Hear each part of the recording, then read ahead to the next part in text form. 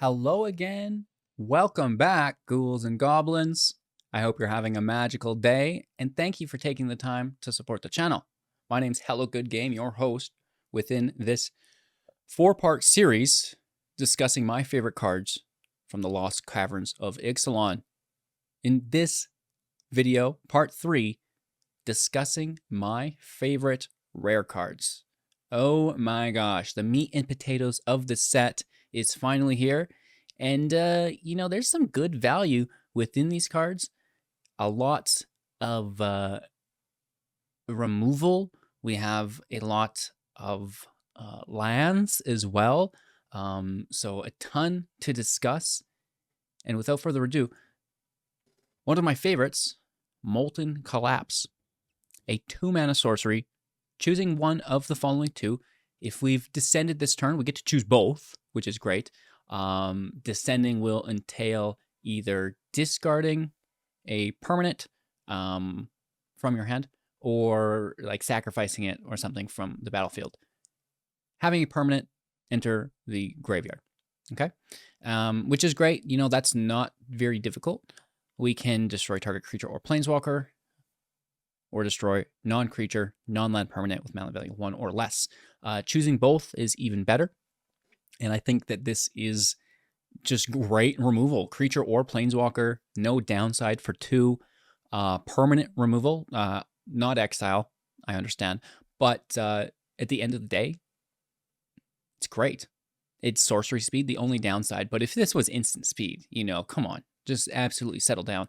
So I think Molten Collapse is really, really good, and we're going to see it just all over the place in multiple formats. Tishana's Tidebender, 3 mana, 3/2, with flash, Merfolk Wizard. When it enters a battlefield, counter up to 1 target activated or triggered ability. If an ability of an artifact, creature, or planeswalker is countered this way, that permanent loses all abilities for as long as it remains in the battlefield. That's crazy. That is very good. That literally just shuts down planeswalkers. We love to see it. The flash 3/2 is quite nice as well. And, it's not just the planeswalkers. It's, other triggered and activated abilities, which are pretty decent as well. So a very nice card. Very, very nice. It's a Merfolk as well, which is quite cool, as well as a wizard. I mean, there is a wizard deck, so you never know. The Roaming Throne for 4 mana, a 4/4 artifact creature gnome with Ward 2. And when it enters the battlefield, you'll choose a creature type, and it is that creature type. And then if a triggered ability of another creature you control of the chosen type triggers, it will trigger an additional time, which is so busted, it's not even funny. This card will see play all over the place in tribal as well as combo decks. Get Lost for 2 mana, instant speed. Destroying target creature, enchantment, or planeswalker. Its controller will create 2 map tokens. If they're a control deck, like a stacks deck or something, and they don't have creatures to explore on, fine. I don't mind so much. They can find a land, who cares? I just don't mind if they're not having a lot of creatures to capitalize on the explore, then I think that this is really good removal. But again, there could be some downside, right? It's where it's not super viable everywhere. And at the same time, creature, enchantment, or planeswalker, that's not bad. That's pretty good coverage. So it's nice to see. Trumpeting Carnosaur, 6 mana, 7/6 with trample. When it enters the battlefield, discover 5.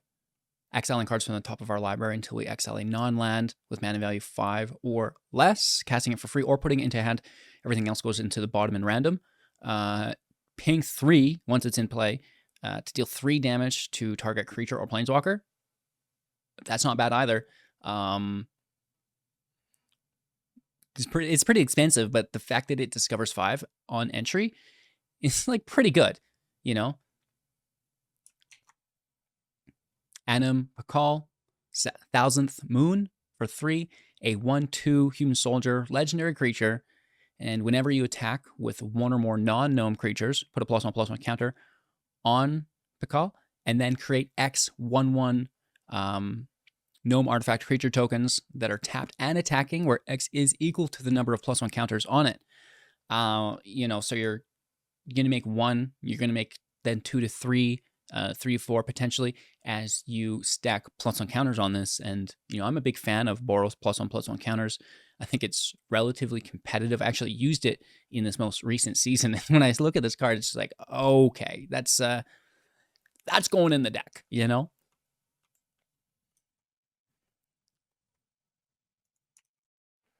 Throne of Grim Captain for 2 is our next card. Is a legendary artifact that can tap to mill 2 cards. We can craft with a dinosaur, a merfolk, a pirate, and a vampire, which is kind of crazy and near impossible to do. However, we can just use changelings. Not really a thing right now in Standard, but we do have older formats available to us in Arena.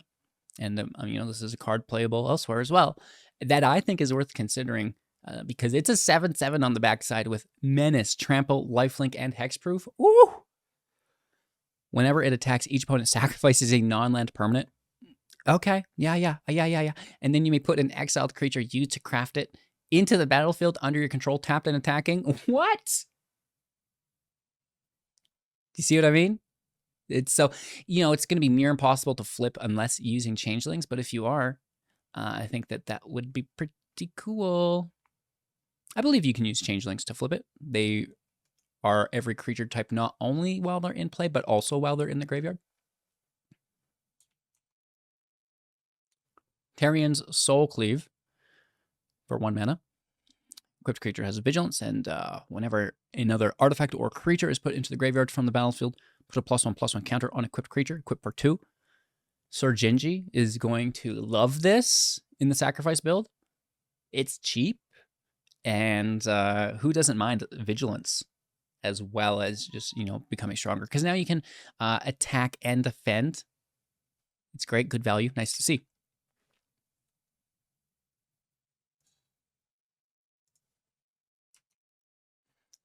Moving on to Mazzalenti, the Great Door, pardon my pronunciation.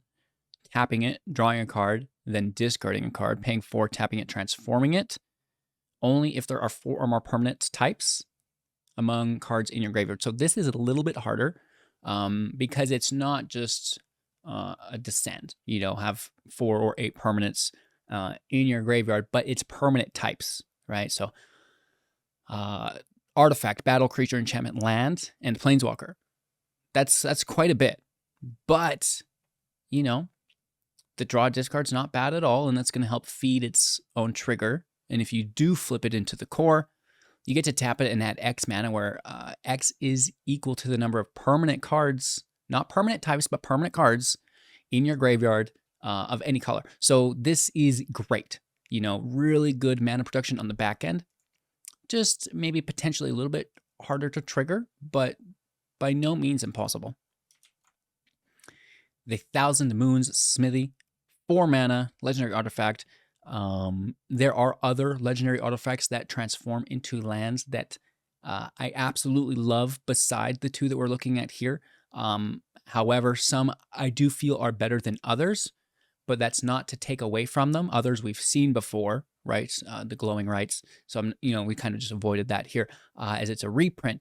But I do think that much like the channel lands, we can definitely run one of them in our deck just because of the additional value that's generated.